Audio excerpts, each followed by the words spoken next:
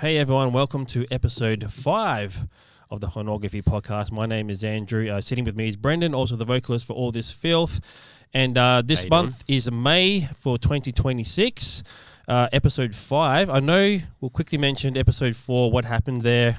A lot of technical issues happened. We had a fantastic guest, Prad, from Sensimilia. Prad, yep. And great guy, an interesting backstory to how he got into music and how his band started and stuff. And it's a real shame that we did not be able to... Such a good chat, man. And not just that, the chat we had before Prad, which we'll briefly touch on in a sec, but like we had a really good chat and the whole thing just... kaput.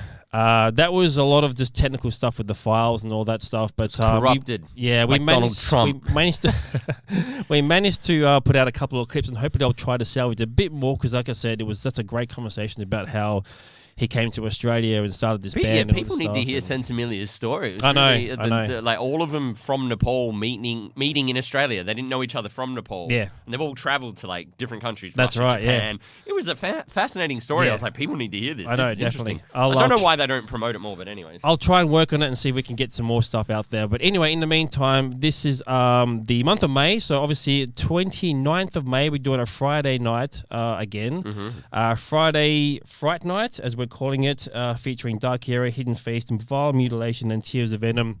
And this episode, we're going to have a special guest. Actually, 2 guests. I just found out we're going to have 2 guests. Yeah, that's how we roll. We booked 1, got 2. Yes, so a couple of members of Darkyra, so we'll have them on in a minute. But previous show in April, which was our Great Southern Tranquil 30-year anniversary show with Sensimilia, along with the Fura, Undeniable, and Lotus. What did you reckon of the night? It was another good night. Yep. I'm proud of the Perth Metal scene. I'm proud of what we're doing with Hornography.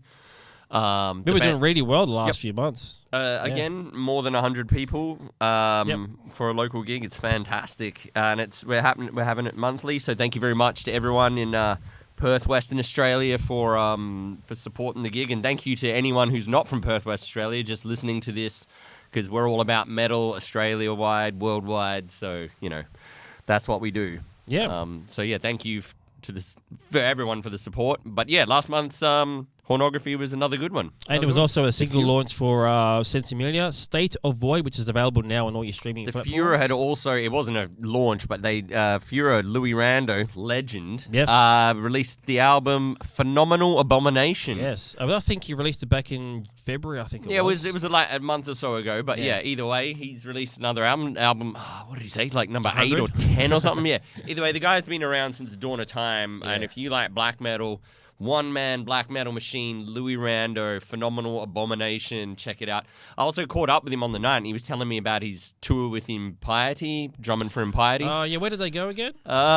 Indonesia and Malaysia. Asia tour. Yeah. They headlined a festival in Indonesia. Apparently went really well. Oh, okay. He had a blast. So cool. Yeah, we should get Louis on one time. Oh, 100%. Interesting. Definitely. Yep. Anyway, other gigs and events that's happened in the last... Well, we have to go backtrack a little bit. I guess we have to mention what we could not show, the Sepultura show back in March 20, I think it was? Yes, March 20th. So the last episode that we couldn't... we unfortunately had to scramble... We spoke in depth about Sepultura, their career, the Sepultura show that happened at Metro's Perth. The last ever show, by the way. Last ever show. It was the first show of their last ever world tour. They debuted the song Live the Place from their new EP, which is now out. Released, yep. Which is solid, very experimental. I've got it. Like, it literally came out like the other day or last week. Yeah. And it's solid. Very experimental. I would say progressive in a way. But anyways, the gig was phenomenal. If you are listening to this and they're coming to your neck of the woods, don't just go and see them because it's their last time. Go and see them because they're phenomenal. Like, all eras of Sepultura are catered for, from right back from the beginning all the way through the Derek Green era stuff, and it's all excellent. They played everything. I mean, it kind of makes you realize just how vast their back catalogue is. And it's just such a good show. It was one of the best shows I've been to in recent memory. Like, genuinely, it's my favorite show this year so far. Early contender for show of the year. And I'm not like... For those of you who know me, I'm not just saying that because some of you will know All This Filth, my band, got added the day before to the bill to open, which was the honor of a lifetime because I'm a massive Sepultura fan. Without Sepultura, all this filth wouldn't exist. So this was huge for me. We had a great show. We played well. The sound was great. All the staff were fantastic. So it was a really good night. And like it couldn't have gone better, to be honest. We pulled it together, even though we had 1 day's notice. The crowd loved us. And we had so much fun, and thank you very much to anyone who was in the crowd there for making us feel welcome, because obviously we were there to see Sepultura as well. Yeah. But everyone was really kind, and the pit was churning. And then Sepultura came on and just gave us a masterclass, like absolutely, blew us off the stage. Like, don't get me wrong, we played well, but I mean, 40 years. Of course, they got 40 years of material and experience. And man, they killed it. Like, it's seriously. Even if you're not a massive Sepultura fan, you will not be disappointed going to this show. It's part of history. Go and see them. Yeah, it's a bit of a sad thing, I guess, because it's calling it a day, and like we said in the last episode that we obviously can't show now, but what a career they have had, and what a lot of ups and downs in their career. Massive, and to just the perseverance to keep going through all the changes and stuff. And look. I know a lot of people are like, ooh, it's not real Sepultura because Max isn't in it. Like, you still got Max. You can go see Max. Max and Igor are still doing, Chaos AD. They're still doing tours, playing Sepultura albums, and that's great. And they're fantastic. I saw Soulfly at Froth and Fury earlier this year, and Nailbomb. Great. Max Cavalera is still there. There's no complaints here. You have to respect what Sepultura have done post. I was one of those people. I was one of those, like, no Max, no Sepultura. And we touched on this last time. We had a great conversation about it. But, yeah, long story short, we can't really go back into all that. But, you have to respect the fact that they've gone on. They've produced some really good music. Some of the best songs on the night was stuff like Phantom Self. That went off, man. Obviously, they played Roots, and they played a lot of stuff from the early Sepultura stuff. Everything. Beneath the Remains, a lot of surprises Arise, a lot of stuff. Yeah. A lot of stuff. You're like, what? Kairos, they played Kairos, which is one of my favorite post-Max Cavalera That's what I'm saying. songs. Like, the best of the post-Cavalera era is still really good. And I think that it's weird because, in a way, I think to myself, if they had to change their name and just been the guys that used to be in Sepultura, nobody would be giving them guff they're given. They would have just been respected for being like, well, that's solid. That's a really good band. I was the same. I took ages to get into them. It took me a couple of albums. Yeah, but for friends to convince me, he's like, dude, have you heard the new Sepultura album? I'd be like, nah. No Max, no ways, right? I did that all through Against... Rawback. What was the one? That was Nation, yeah. Against Nation, Rawback. It was after Nation that I kind of went, oh, right, there's something here. The first one I got into was Kairos. Kairos, yeah. They'd done Alex and everything. Yep, and, Dante. And then I got into... I think that was the last album with Igor. Was one of the... Yeah. I think it was Dante. I think it was Dante, yeah. Because people forgot that Igor was in the band for at least another 10 years after Max left. So, yeah. Which, he's another, massive, influence on so many drummers over the time. Regardless, Sepultura changed the game. Whether you love them or hate them, Max era, post-Max era, they changed the game, bringing that tribal stuff in from Chaos AD onwards. They were also, and what people need to remember is they were also a fantastic thrash metal band before they started getting into the groove metal, groove thrash sort of thing that they did in Chaos AD, and then the tribal stuff with Roots Just and stuff. a lot of different styles. Yeah, Roots changed the game. Like, whether you like it or not, it literally changed the game and ushered in almost the beginning of the new metal era. Like, band, like Korn had already been around, let's not deny that, and Faith No More, etc., etc. Rage Against the Machine, etc. But that fat groove that they brought in on Chaos AD and then sort of even more refined on Roots. Yeah. Like, it changed the game. Like, it was. And, Roots wasn't one of my favorite Sepultura albums until I really sat down and, analyzed it. It's a hit and miss, that album, because there's, a lot of, jammy kind of stuff, and then there's, the heavy stuff, Here's the thing, though. People go on about the simplicity, but I'm like, in a way, to, bring it down to the simple stuff and to make it, really good is actually harder than just writing technical riffs. Yeah. Just good songwriting is what I'm saying here. Either way, I'm not just talking about Roots here because, like I said, they were slightly black metal in the early days with Morbid Visions and Bestial Devastation. They thrashed it up on Schizophrenia onwards. And those classic albums, you know, like the early stuff, the Schizophrenia, Beneath the Remains. They freaking opened with Beneath the Remains, by the way. Yeah, spoiler alert. Yeah. Which was awesome. They played a lot of stuff from Arise and Beneath the Remains, yeah. Beneath the Remains, yeah. A lot. They Troops of Doom. They played from Schizophrenia, which you know technically that's a classic as well, though. So. I mean, they played I'm a massive Sepultura fan, and I left that gig thinking there was not one song that I wanted them to hear that I didn't hear, and that's saying something for a 40-year career. So. Vale, Sepultura, thank you for the songs. Thank you for the inspiration. If you are listening to this in a part of the world and they're about to come to your town, 100% get yourself a ticket. You will not regret it.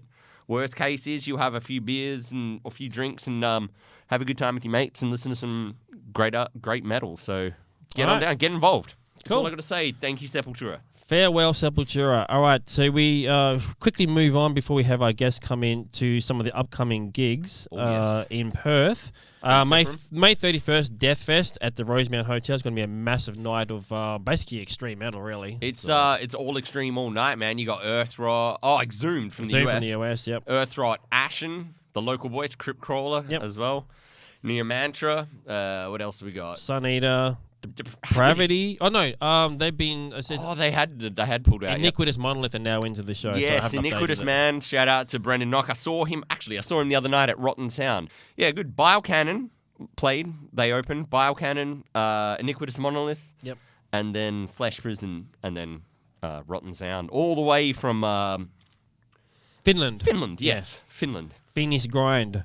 Yeah. Back to Deathfest, Banished Realm, Twin Serpents, Alosa, and Munitions from Victoria are also on the bill. Munitions are solid, man. That's a good lineup. So it should be a good Banished Realm, shout out to my boys Lee and Jared. And, Twin Serpents. Yeah, that's a solid lineup. Get your tickets. It's going to be a big day, yeah, definitely. Going to be a big day all day. So, yeah, right. Alosa, shout out to those guys as well. June 13th, Heavies and Bevies, featuring Discuss from Queensland, Vanta, All This Filth. You're playing on that one as well. Yeah, thanks to the Ferdinand and the Vanta guys for having us on. And we're third incarnation of Heavies and Bevies, yeah, or second? I think we played the first one or the second one. I'm not exactly sure. I'd have to ask. So it's either 2 or 3 anyway. Either way, Heavies and Bevies is always a good show. They sponsored by Other Side Brewing. Shout out to my mate Skip, who is one of the head brewers there. And we're also involved we're also a media partner for the show as well. Yeah, absolutely. So. That's what we do. Like I always say, we whether we're putting on a gig or not, hit us up and we will promote your gig. We're all about the community. So June 13th, also with Buried, Shallow, Breed, and Agamar rating it out. So should be another good night. That's going to be a good night. Really pumped because we haven't seen our boys in Disgust since Filthy Christmas, not last year, before. We met them in Queensland. Great, man. They've just released an album, Skin Cage, I want to say it's called. Okay. That's one of the songs. I'm not sure if it's actually called Skin Cage, but check it out. Great album. All right, moving quickly on. I don't even know how to pronounce that band name on June 12th. I've been practicing. Have you? Okay, let me give it a go. Sanguisagabog. Okay, I'll take your word for it. I don't know. I actually can't read it. And Peeling Flesh. Yes, Peeling Flesh. Apparently it's a sold out show at Magnet House. So, I hear it's your slam. If you're into your slam, get into that. I may or may not be there working. We'll see what happens, but yeah. Okay. June 14th, I Prevail with Imminence and Invent Animate at Red Hill Auditorium. That's a massive show. That's a huge venue. I've still never been to that venue. Neither have I. Yeah. So. The next one that we're also promoting here at Hornography, June 20th, Mortal Sin. And funnily enough, at the show coming up on May 29th at Hornography, we're going to be giving away a double pass. Thank you to Paul DeCerny, which we'll get into a bit more later on. Yep. But the Mighty Mortal Sin coming here for the first time in I don't know how long it's been since they were around. I didn't realize how massively influential Mortal Sin were. Yeah, they were big back in the day. And then, I've seen some documentaries lately just coincidentally. I watched this documentary on, I don't know, Amazon Prime, and it was like about thrash metal, And Mortal Sin got a freaking mention. They're like, yeah, thrash metal's all around the world now. Mortal Sin, because this came out in like 2006 or something. Yeah. So everyone's going about Slate, you know, the big four, Megadeth, Anthrax, blah, blah, blah. And Metallica, obviously. And then, yeah, Mortal Sin got a mention. And I was like, shit, that's, you know, it's a fucking, who was it? It was one of the guys from Metallica mentioning it or something. Yeah, because they supported Metallica in '89 or something, I think it was. So anyways, but I mean, apart from Mortal Sin, you got Hidden Intent from South Australia. Yep. Cold Fate, local boys. Yep. 9 Foot Super Soldier, I haven't seen in a hot minute. Psychonaut, Legend, Mark DeVatamo.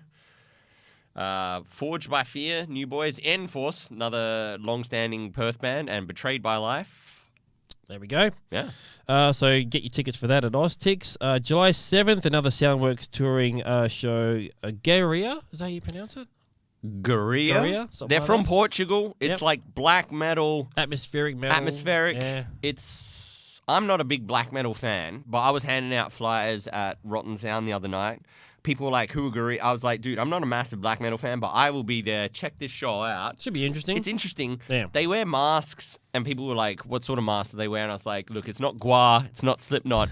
It's like they like think of the vibe kind of like that what's that band? Sleep Token. I was thinking that. All right, so that's another one that we're going to be doing a double pass giveaway at the next Hornography show on May 29th. So thank you to Soundworks Touring for all that. Yes. July 16th, Cradle of Filth and Devil Driver. I will be there. Yeah. Love both those bands. Last time I'm not a massive Cradle of Filth fan. Like I used to hang out with the Goths back in the day, so I'm very big in the Goths. Very familiar with Cradle of Filth when I was very influential when I was first getting into metal and just all things alternative. But fuck me, they put on a show. I got a ticket bought for me. My partner bought me a ticket to the last time they were here in November, a year or two ago. Yep. Phenomenal. Like, it was phenomenal. They played all of the songs I knew, all your biggest hits, because they've been around that long.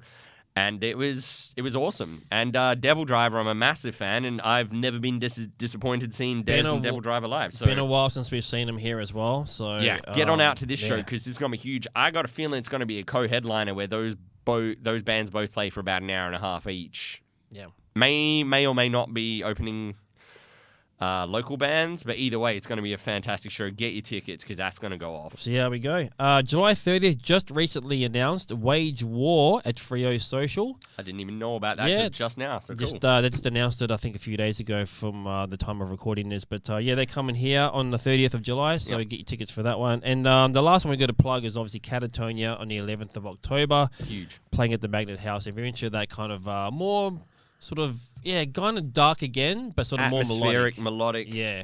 I know Benny from All This Field's a big Catatonia fan, so I assume he'll be there. I will probably be there as well, so because I like going to gigs. So there we go. Get on that. There's plenty of local gigs in between that, and we'll be promoting it through the Hornography socials. All right. So let's bring in our guests from Darkyra, who are going to be closing out our next show on the 29th of May, alongside Hidden Feast, Vile Mutilation, and Tears of Venom. Friday, Fright Night, and also special guest we should mention, Paul Discerni on DJ. He's going to be manning the DJ deck and spinning all his favourite tunes, and also going to be giving away a double pass to Mortal Sin. I got a feeling that's going to be a pretty thrash-tastic playlist. I assume so, yeah, because he's a big thrash fan. So I mean, Cold Fader, thrash band. So, I mean, actually, he likes a lot of stuff. Paul Discerni's a good dude. He likes a lot of stuff. It'll be heavy on thrash though. I had a really good time hanging out with Paul Discerni at Testament. Was it last year? I think so. Yeah, we went to Testament. I was there. Yeah. Yeah, fantastic show. I'm so glad I went to that. I almost didn't. Bought a ticket on the day.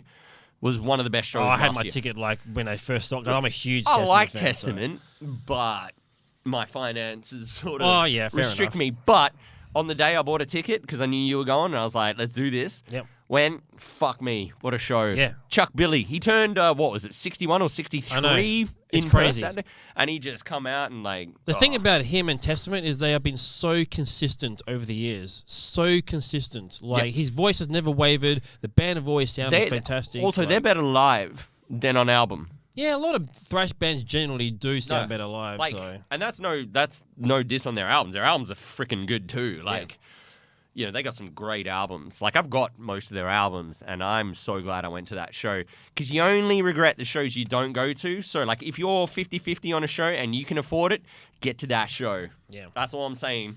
I mean, we understand you can't go to every show, but at least go to the ones you're very much keen for, and then, you know, go to all the local ones at the very least. And like we said, if you can, buy tickets in advance because it helps promoters know that the show will be supported. Because we know with this cost of living crisis that, a lot of tours have been getting cancelled, as we've seen recently, which we might touch on later, but I don't want to get into the bad news. There's a couple of them that are like, there's some controversy, but we're not going to get into that either. But that's not people our know jam. what we're talking about, though. Yeah. All right, and let's get in Gina, and I think it's one of the guitar players from Darkyra coming in. We'll find out for sure. Find out. A lot of it's been on the sort of fly, I guess, so but we'll have a bit of a chat with them and find out what to expect on our next Hornography show on the 29th of May. So see you in a sec.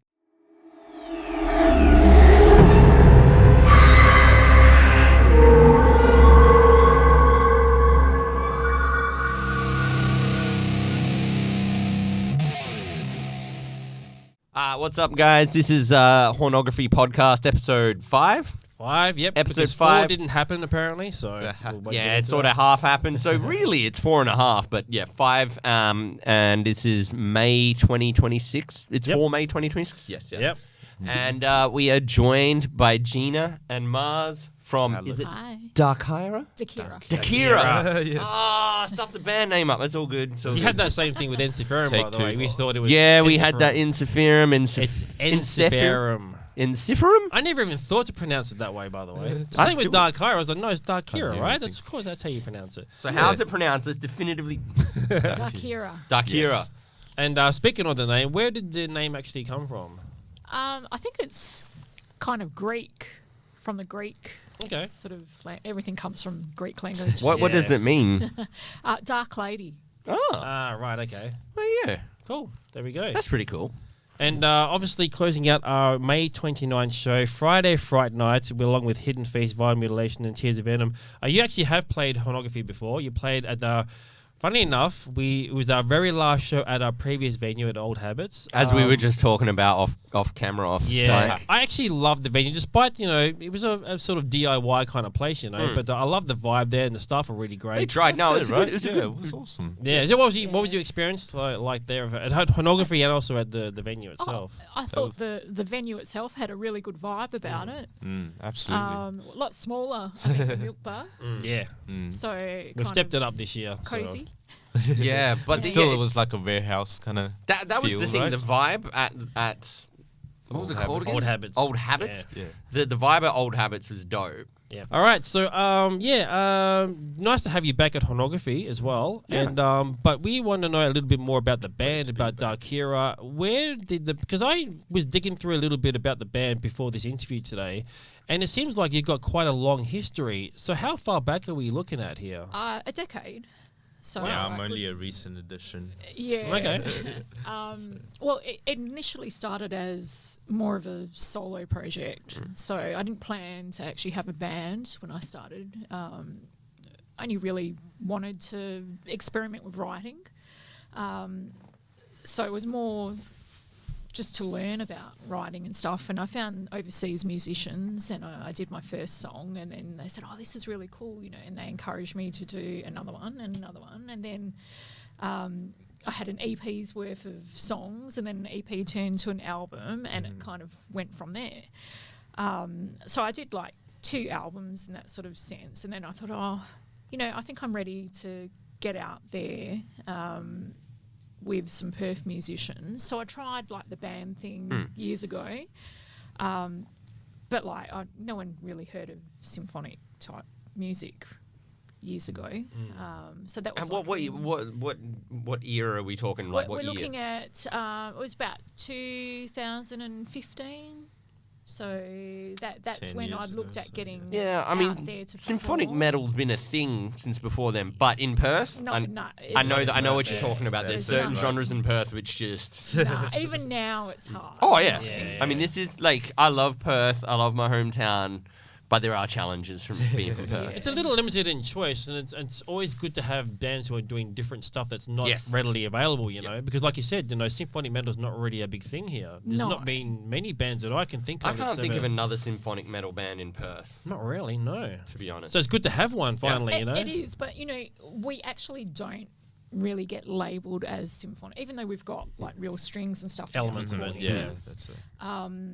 We always seem to get labelled as gothic metal or opera metal or something like that. They don't really consider us a symphonic metal But they band. don't. That's all right, No. Gothic. But we still don't have that many Gothic metal bands in Perth anyway. No, that so- too. any of it really. It's all just sort of traditional, sort of, you know, death metal and thrash metal and things like that, you know. So Death, grind, not and a lot black of like metal are the big ones. but not a lot of like enough melodic metal bands, I guess you could say, you know. Yeah, that's so, it. you know, like so I did a few shows with a group of musicians from Perth, and it came together pretty quick, but I don't know, they just weren't really in it long term. I think it was more the thought of something new and exciting, we'll get out there and do it, but we did plan on touring back then, but then I got sick, so that's a whole other story, and then that was the end of Darkyra for a really long time. How long? I kind of want to get into this, but do you want to talk about this? Look, I'm over it now. Like, you don't have to talk about it, but it's like, I people, went through, like, to be honest, people are interested in this sort of stuff. Like, it's no secret. right. I went through breast cancer. So like the week before I was meant to fly out and do my first ever tour of Netherlands and Germany. oh wow, Had 2 weeks solid booked. Awesome. I started chemo instead. Oh. Yeah, it kind of sucked. And it was just a year of shit after that. And then the band just went, you know, disintegrated. No one stuck around. well, because health's got to come first, right? Yeah, of course. Yeah, and then like I just didn't feel like me anymore after that. And That's I did devastating. nothing. I actually feel for you because I know what it's like. Yeah. When So, yeah. So it took a good 8 years basically to decide. I want to got the itch again to get out there, and that's when I found like Maaz. Met Maaz through some other mutual friends, musicians. Well, you posted an ad on Facebook and mentioned symphonic, and I'm like, oh crap, yeah, I want to do this. Yeah, it's Exactly. amazing how small Perth is because everyone knows everyone. And so, like, the group kind of came together pretty quick. Like, Dan Granger was, like, a big part of getting me back I was just to out say, there well, I again. remember him being in the band for a Yeah, while. same. I Yeah. saw you guys open for Battle Beast recently. It's the first time I've seen you without Dan Granger. Yeah. And I was like, where's Dan? Because I heard he was going to... He's in like a million bands though. So, yeah, I mean, but he's Well, left. He's in Ireland now. He's in Yeah. Ireland. Yeah. Yeah. He's I got cried another when baby too, right? He did. Yeah. And when Yeah, he he said does. that he was leaving, like I could have cried. It's like, because he's a phenomenal drummer as well. Like, Yeah. So yeah, it's for those of you not in fantastic. Perth, Dan Granger's like your Louis Rando sort of like, you know, Yeah. mainstays of the Perth metal scene. I remember plays he was drums. in a band years and years ago, and he was doing the vocals. He was Nexus. the vocal. Yeah, Nexus, that was yeah. it. And I was sitting there going, "What is this guy doing? He This was is in crazy." so many. You Was, know? was he in War Demonic as well? I saw him. Maybe. I saw him sing for a Typo Negative tribute Oh, band as yeah, well. yeah. yeah. And he plays was in- piano as well. And he did DFC as well. Yeah. Remember Yeah, that he band was. DFC? Yeah. Slam Yeah. band or whatever. Yeah. Man of many. And obviously our friends in Silent Night as well. Yep. Yeah. There's a melodic metal band, Silent Night. So I guess he's but not he's coming back, I hear, because Oh, he is. Yeah, he's only planned to be there a year. Yeah, I yeah. think. Oh, But okay. Anyway, we've replaced him now. So in your face, You Dan. have true. You have. actually, it was quite funny because the last Hornography gig, I don't know if you remember, we did our own version of like Phantom of the Opera. Yes, with yeah. with Jason from Tears of Venom. That's right. So Yeah, It yeah. was funny because like I got asked to actually record a version of Phantom of the Opera for Tammy's, like his wife Tammy's Yep. birthday, and he wanted to perform it, so we did that. And Dan goes, "Oh, just between you and me, if Jason chickens out and doesn't want to sing it, I'll put my hand up." All right. So you had a backup plan there. What happened to just between you and me? Like now you're sharing it with everyone. Yeah, that was actually, I remember that now. It was a really great night because you had that collaboration on stage there. And I remember Jason was telling me about that as well, I think a little while before that. And it was a great performance to see everyone kind of like do that. And Yeah.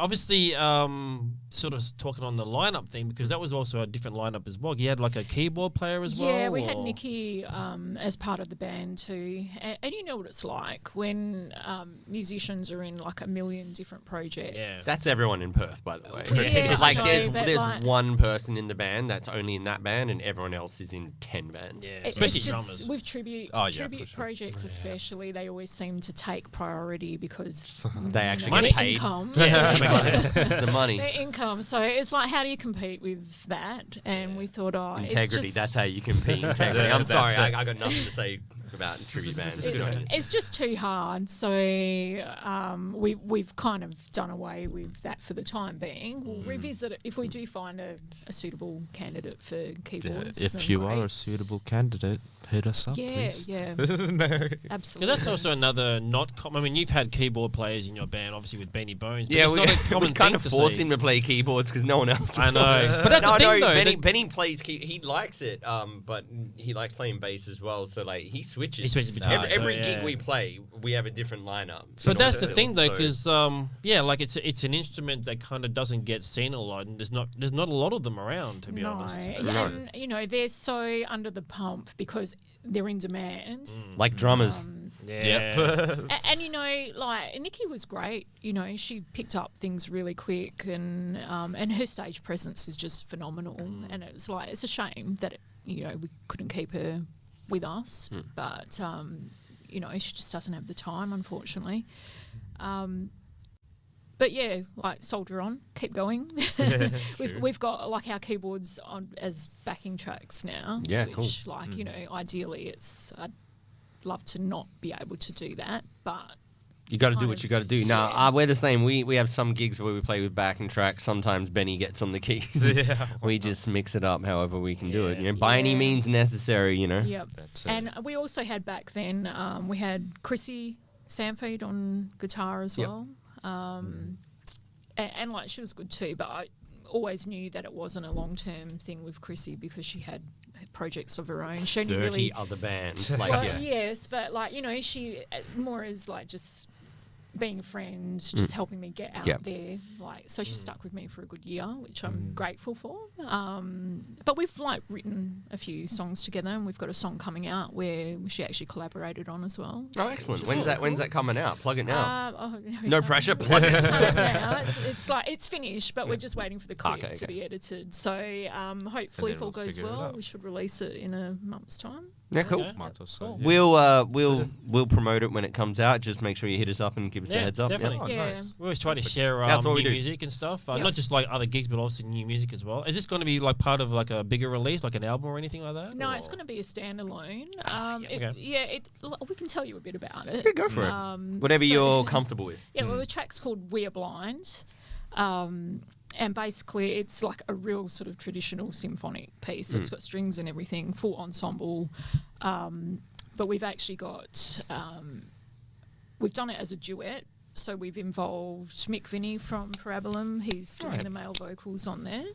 And also Pedro in our band, our new guitarist. He does a bit of a growl and a scream at the beginning, and also does some backup vocals in there as well. Chrissy's on guitar, Pedro's playing guitar as well. We've got our new drummer Drew on there. We did start with Dan Granger on there. We kept a couple of little bits of Dan's drumming, just. But yeah, because we would plan on doing a clip, we wanted like Sure. the drumming from Yeah. our drummer on there, so we did actually incorporate new drums. So yeah, it's looking forward to it. Maaz is on there, of course. Excellent. Yep. Cool. So you mentioned about joining the band through like Facebook or something. Pretty much. So what's your backstory as far as like guitar playing? Like, how did you get into guitars and Well, all that Well, stuff? bass. Oh, bass. Sorry, yeah. Yeah. I mean, bass, hey, bass guitar. That's Can play what a they bit get of all the guitar. time. They just get ripped, man. That's just Yeah. that's I know. rude, man. That's rude. You're probably gonna black me out. Here, that's what they do with bass players. Dude, your mic's not even on. I know, right? That's it. I thought I couldn't hear anything. Nah, but nah, yeah. I mean, goes back to like high school and stuff, and I started like listening to metal and things like that, and just gradually like wanted to pick up an instrument, and Nice. like I tried my hands on drums. I was okay. Wasn't that great. Then I tried learning. Then you figured out you couldn't be fucked carrying around a drum kit. Yeah, that too, right? Exactly. Man, I feel with all the drummers I jam with, I'm like, fuck, man, I feel sorry for you. I'm gonna help you out. I always help them out, but like I feel like all drummers complain. I'm like, you knew what you were getting into. Stop complaining. That's fair. But yeah. Sorry to all the drummers out there. It's my problem. I'll deal with it. That's it. Oh man, but no, yeah, and then I started playing guitar. I mean, wasn't that like I can play chords and stuff on guitar, and then but I just like the bass more because everyone plays guitars, and I thought like, no, I want to do something. It's interesting because I've spoken to a lot of bass players, and a lot of them have said that they started out playing guitar and kind of just fell into the bass position a lot of times. Pretty much, right? Which is a very common thing, I guess. I have a theory that certain personalities are drawn towards certain instruments. Yeah. I have a theory about it. There's a certain type of people that are drawn towards bass, drawn towards drums, vocals. I think it's a different way of thinking. Genuinely, Definitely. I agree. Like, I would love to actually do a study on it one day, like proper get a grant, get some funding, do a study on it, because I think there are character traits. Right? Yeah. Character traits. Like, I'm being serious here, like scientific character traits that in metal anyways, I'm not sure about other genres. I think in a lot of music, like, what draws you to the vocal or the guitar or the drums, or, you know what I mean? There's always these certain things. What drew you towards bass? Because I really like the drums as well, and like I wanted to like. And obviously they go together. Exactly. Yeah. So cool. That kind of thing, and like and just like supporting the guitars and everyone else in the band. So and also just I guess that's it. Oh yeah, the deep sound of it, and like I don't always have to like fucking follow the guitars and things. You can do your own kind of thing. Pretty much. Cool. What drew you towards vocals? Music was like an accident for me. Anyway, I'd never planned to do the music path. It wasn't something that was encouraged. Oh yeah, it wasn't encouraged for me. Nobody's ever been encouraged. I guess Traumatic childhood. Exactly. I guess because I could do it. Oh wow, cool. Someone came over, a friend of ours came over and brought some Nightwish over, and I thought, I can sing this stuff. Is this like Floyd Jansen or before that? No, or? like the Taya. Oh right, yeah. And I thought, I can do this. Yeah, it's like. Oh, yeah, easy. I mean, like, that's really hard. Like, if you don't know. Yeah, to sing like that is very... I mean, you obviously have a lot of, like, vocal training and stuff as well that's included in a lot of that stuff? If you want to be a full-on opera singer. But, I kind of did some backyard lessons, like 6 months with a private opera singer. But I didn't really want to be an opera singer. I kind of took breathing techniques and that sort of thing, and then threw it out the window and did rock after that. So. Cool. So I kind of like mash. Some more self-taught. Yeah. I think most metal vocalists sort of self-taught. Maybe do a few Zenith screaming lessons or whatever. Because I know you do like vocal warm-ups and stuff like that, but not every vocalist does that. I don't know if you do that stuff as well. Or? Sometimes I just have a glass of scotch. That counts, I guess. Yeah. Whatever, I guess it's all about loosening it up and taking care of it, right? That's what I think more of it is there's that, taking care of your vocal cords, but also your mindset. I think it's more about your mindset. If you're not there in the mind, well, mentally, but I mean, struggle, physically, you've got to because not everyone's vocals are the same, so you've got to like cater to whatever your thing is, right? That's what I'm saying. So it's more about the mindset. If you've got practices that whether the warm up actually does anything or doesn't do anything, it's just that you do it and it gives you confidence. So that's what it's for. Yeah. So do what you got to do is what I'm saying. I mean, I do have little rituals like don't eat anything before you perform. That's a massive one. Clogged up. It's not funny. Yeah, especially no dairy, I'm pretty careful with that. Sort of thing. The amount of times I've played gigs back in the day where I was like, I'm going to throw up all over this microphone because I've just had something to eat. That's why I'm the same. I don't eat till I don't eat till like I get home the next day. But that's the thing though. It's all trial and error. Like you don't know this until you actually go ahead and go through it. I don't even drink before shows or anything. I wait till afterwards because you got to be on, man. Like people are paying money. That's it. But here's the thing as well. I don't want to go on stage on an empty stomach as well. Like, you need the balance. Exactly. It's different for vocalists. As soon as you eat something, that's it. I think the latest, if you're playing at night, the latest you could sort of do is like lunch. You can have late lunch, maybe breakfast, lunch sort of thing. Yeah. And then that's just me personally. Like, I'd rather go up there with an empty stomach than go up there and be like, oh. Because seriously, I'm going to feel like I'm going to throw up. Like, in general. That's just me in life. But, like... Yeah, no, it's probably different for everyone, I guess. But it's just interesting how, like, musicians in general have all these... Like, sports figures and stuff as well, I guess. Like rituals. Yeah, you know, things like that. I definitely do. Do my warm-ups, my warm-downs. Yeah. I need my time alone after a set. This is a question for all three of you, I guess, because all three of you are musicians, obviously. Is there a super... I resent that. I'm not a musician. I'm a vocalist. Is there in your experience, not just with you personally, but in your experience with other musicians, is there a superstitious element in there at all, as far as like the rituals and stuff before and after shows? And have you ever encountered that at all? Or for me, yes, but I'll let these guys answer first. 100%. Because in sports, there's a lot of that stuff. So I don't know if it's... You know. I always don't like rehearsing the day before you've got a gig or on the day of a gig, because I reckon so much goes wrong after that. Yeah. And I think if you're not ready by the time you've got like a gig, you shouldn't go. I've always said, that's one thing I've always said. If you haven't got your set down and it's the night before the gig, you're in bigger probably trouble. Not ready. You're in trouble. Absolutely, yeah. I know what you're saying. I find that we always have a really horrible jam just before a gig. Like a day or two out or whatever, we'll get together to rehearse. And it's always terrible.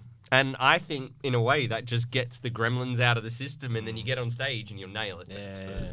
And I'm always worried if we have a good jam before a gig, because I'm like, oh, God, everything's going to go wrong on stage, you know? You but kind of jinx yourself. Yeah, as far as superstitions, like I'm not so much superstitious, but I have my... You know, like lucky underwear or anything like that, you know? Like before. I used to. But I found out that's because of the autism and that. Yeah, I don't know. I've got my processes. I have my... This is what I do. I warm up, I stretch, I cool down. Yeah, that's what I do. As long as I do my processes, I'm fine. Yeah, well, I guess I genuinely have nightmares where they're like, "You're on now," and I'm like, "I haven't done my warm ups yet." Like, you're on. I'm like, "Oh shit!" Like, genuinely have nightmares about that. But yeah, but that's probably just says more about me. But that's what I mean. That's sort of where my question was alluding to. Is like, do you have to do that because you need to, or because you feel like you have to? Because both. Of that? I think it helps because it's a genuine warm up because your vocal cords are a muscle, and it's good to warm up. And also, it's like calming yourself in a way as well. It's getting in the zone. That's just it. That's the other thing. I think that's more important than anything, is being able to have that time to get yourself in the zone. That's why I like to disappear before we get on stage. I don't want to talk to anyone. I know it seems rude, but I just need to... Yeah, I know that feeling. Yeah, like, and straight after we get off stage, I need to go do my warm downs. I just want to be alone for a little bit. And it's not because I don't love the fans and I don't want to hang out. I definitely do. It's just, I need to change my shirt because I'm sweaty. I need to chill out. I need to stretch. Do my warm downs, and then I'm good. Buy me a drink at the bar, and we're all good. Like, you know what I mean? Like, that's just me. But so what's your warm downs? It's the same as the warm ups, basically. I do a thing from the Zen of Screaming. You know Melissa Cross, the Zen of Screaming? Yeah. So I do the warm ups from the Zen of Screaming, and then I sort of invented my own warm down thing with the A, B, C's, and the screaming, and then like getting it higher and lower, and it's a whole thing. I've never done warm downs ever. You know what's my warm down? Where? Packing up my gear and like taking it off stage before the next band comes to set up their gear. I don't know. I do a warm down. I used to play a lot of sport, so we always warmed up and warmed down. So I just figured it's a good thing. That's what I mean. There's a correlation between like music and sport. Well, not just music, but like just any kind of performance, I guess you could say. Yeah. Along with sports, there's like a connection between the I think two, it's more for your mind than anything else, but I think it does help. I have noticed that when I don't do warm downs afterwards, like say if you're on tour, your voice... no one else will notice, but I'll notice I'll be struggling slightly more at the next gig. But if I do my warm downs, like same in the studio, if you're recording days and days and days in a row, like 6 to 8 hour days or whatever, like you can really wear you out. So you need to take care of yourself. Yeah, it's interesting because there's that, and then I hear about vocalists who don't do anything and they just go and jump in and. That's how it is, you know. And that's just it. As soon as you hit the first note, and that's fine. That is absolutely fine if that's your process. If that's how it works, But having said that, the people that are around for, a long time, they tend to be the ones that do all the prep and take care of themselves. True. Yeah. A lot of the ones you're talking about end up, your Paul Bailiffs, all dead. Do you know what I mean? Oh yeah. I'm not saying they're all dead, but. Yeah, well, there was a lot of other things going on there, I guess. Party lifestyle. Yeah, that's what I mean. You so, you got to take care of yourself. I'm not saying don't have a good time. I drink as soon as I've done my warm downs, and I like partying with people. But first things first, you're there to put on a show. But that's the thing that seems to be quite common nowadays. That whole sort of party rock and roll sort of lifestyle is not really much of a thing these days. They don't really do that anymore. Like on the tour bus and things like that. I have many You're getting theories on old, this. man. You're getting old. I think that's part of it, but I also think because there's not the money in the music industry that used to be. I think it's a different mindset. It's just that's not the lifestyle, that it's not sustainable as a musician to continue. Not just that, but that, it's really expensive to tour.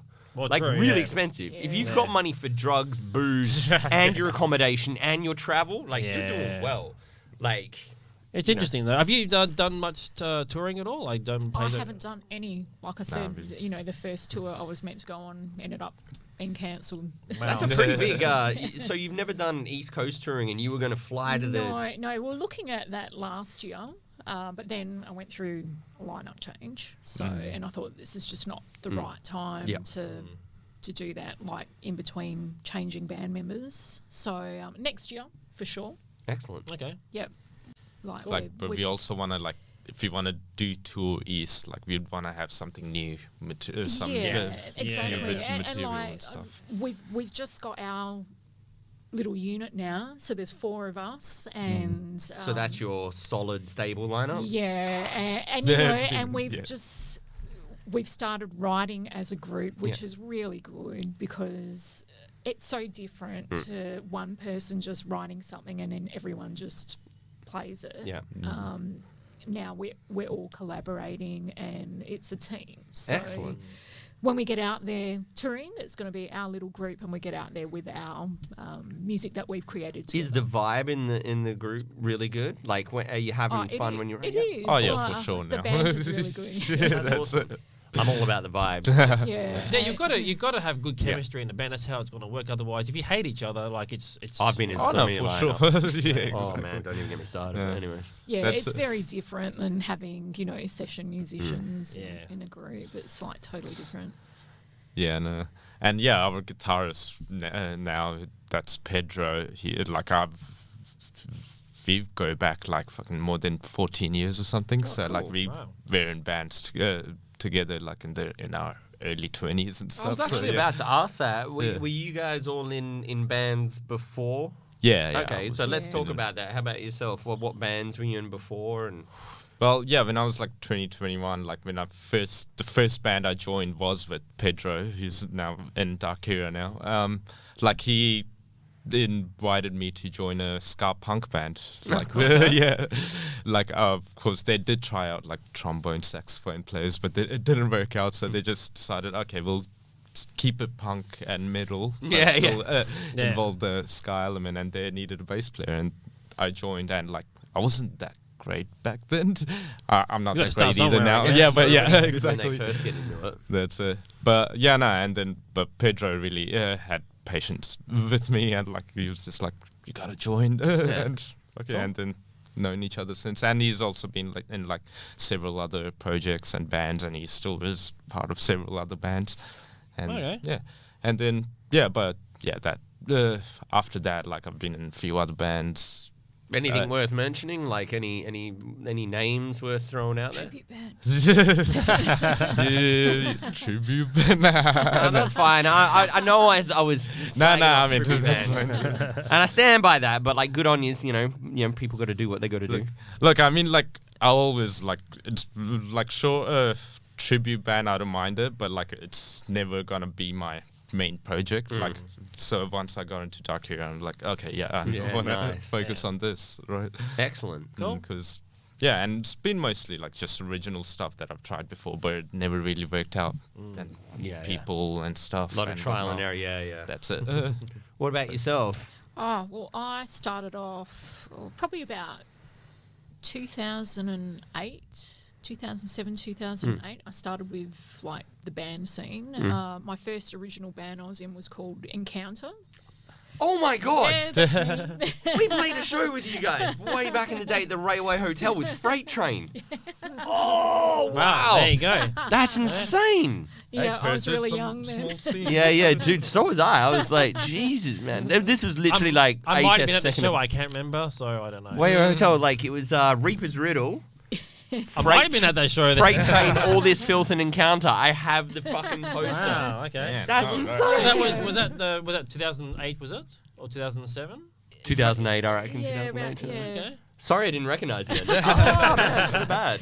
I am a horrible person. Wow. So that the only band, or did you have? No. And then from there, I was also in a couple of like cover band. Like I was in Maidenhead, which was an all-girl. We just played rock Iron and metal Maiden? covers. Yeah, bit of Iron Maiden, bit of Scorpions. Okay.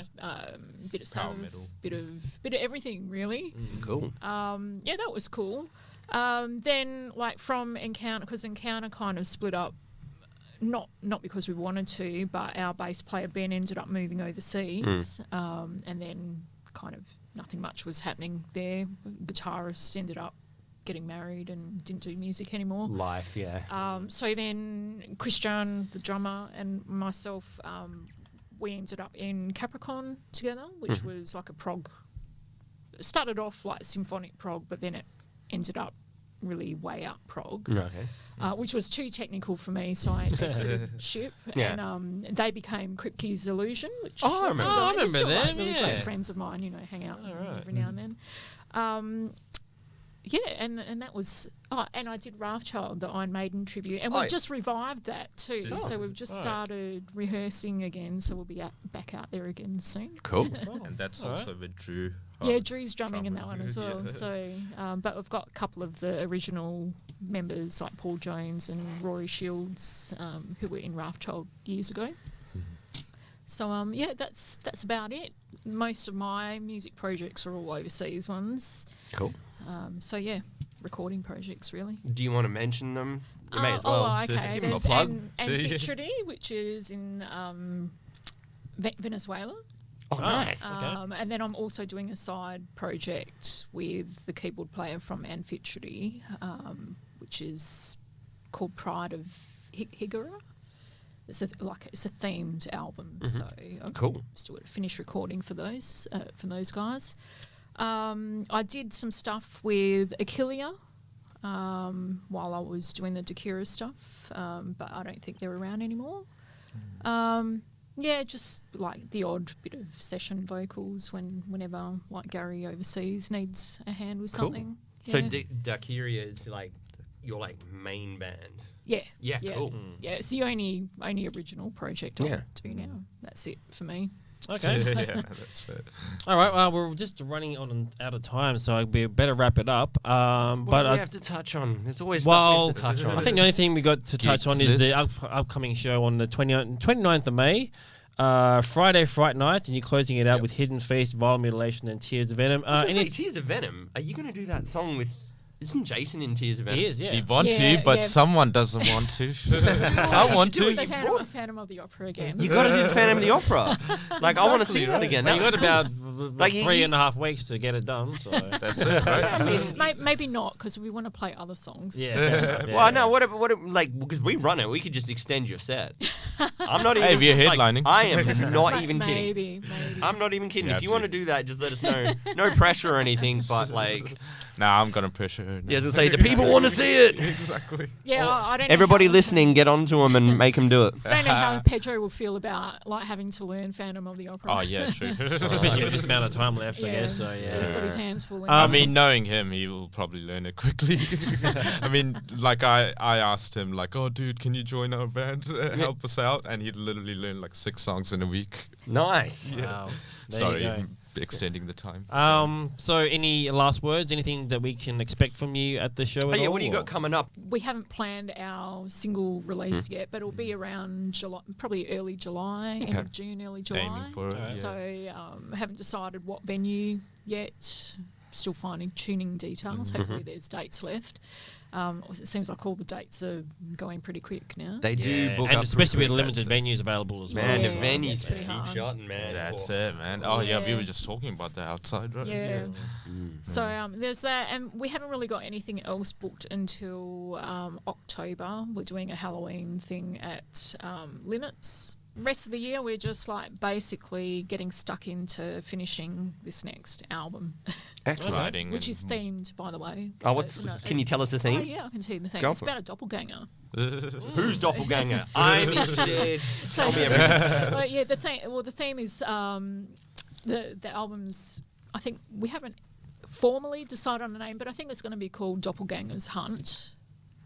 So it's a story about this imposter that has kind of taken on the facade of this woman's brother, who apparently went missing and supposedly died years before. Wow. Comes back in the picture claiming that it's her brother. They're like twins, but obviously not identical. So, like, he's really convincing, but then starts to get quite sinister. So it's a whole storyline, and then she finds out at the end, like, she kind of catches on just before he decides to kill her. I knew it. I was going to say Dracula, but yeah. Oh, man. That's a dark story. Honestly, genuinely, We are called Darkyra for a reason. Yeah. So I thought, we've done some mushy stuff for a while, so I thought it's about time we do another dark. I would watch that movie. If you made that into a movie, I would watch that. That sounds And you fascinating. do the soundtrack for it. Where did you get the inspiration, if you don't mind me asking? Is that a story you came up with, or did you hear that somewhere? Or No, but I thought it would be cool to like do something about a doppelganger. So you literally just came up with that? Yeah. That's awesome. That's killer. Yeah, so well, I like the themed stuff. I mean, I haven't done a really traditional theme since the first album we brought out. All right, we have to really wrap it up now. Oh, So sorry. thank you for coming in as always. And Thank you for thank Can I having plug us. one more thing? Sure, yeah, Yeah, go plug for it. everything. I just want to say hi and thanks to Pete from Battle God Productions, our label. yeah, of course. Yeah, Based in yeah, Sydney. definitely. Yeah. Sweet. Is that going to be? Are they going to be releasing your single? Not the single, because we're just doing the single for Self-released, streaming. yep. Yeah, but it'll be under like the Battle God label. But And your next album will be on Battle God? definitely because it's physical.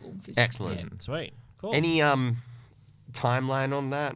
Like rough timeline, or you just? Well, like we're aiming for a year completion in a year. I'm so- actually really excited for you guys. Like, thank I'm you. just feeling the vibes here, and like, I'm really pumped. You guys, seem like you got a good lineup and a good plan, and I hope it all goes well for you guys. Cool. That's Thank awesome. you. Well, thank you for coming in and having a chat with us. Thank you and for having us. looking Yeah. forward to seeing you guys at Hornography, and it's going to be a fantastic night. What date is that again? 29th of May at the Milk Bar, also known as the Civic Hotel to some people, depending. And who's playing there again?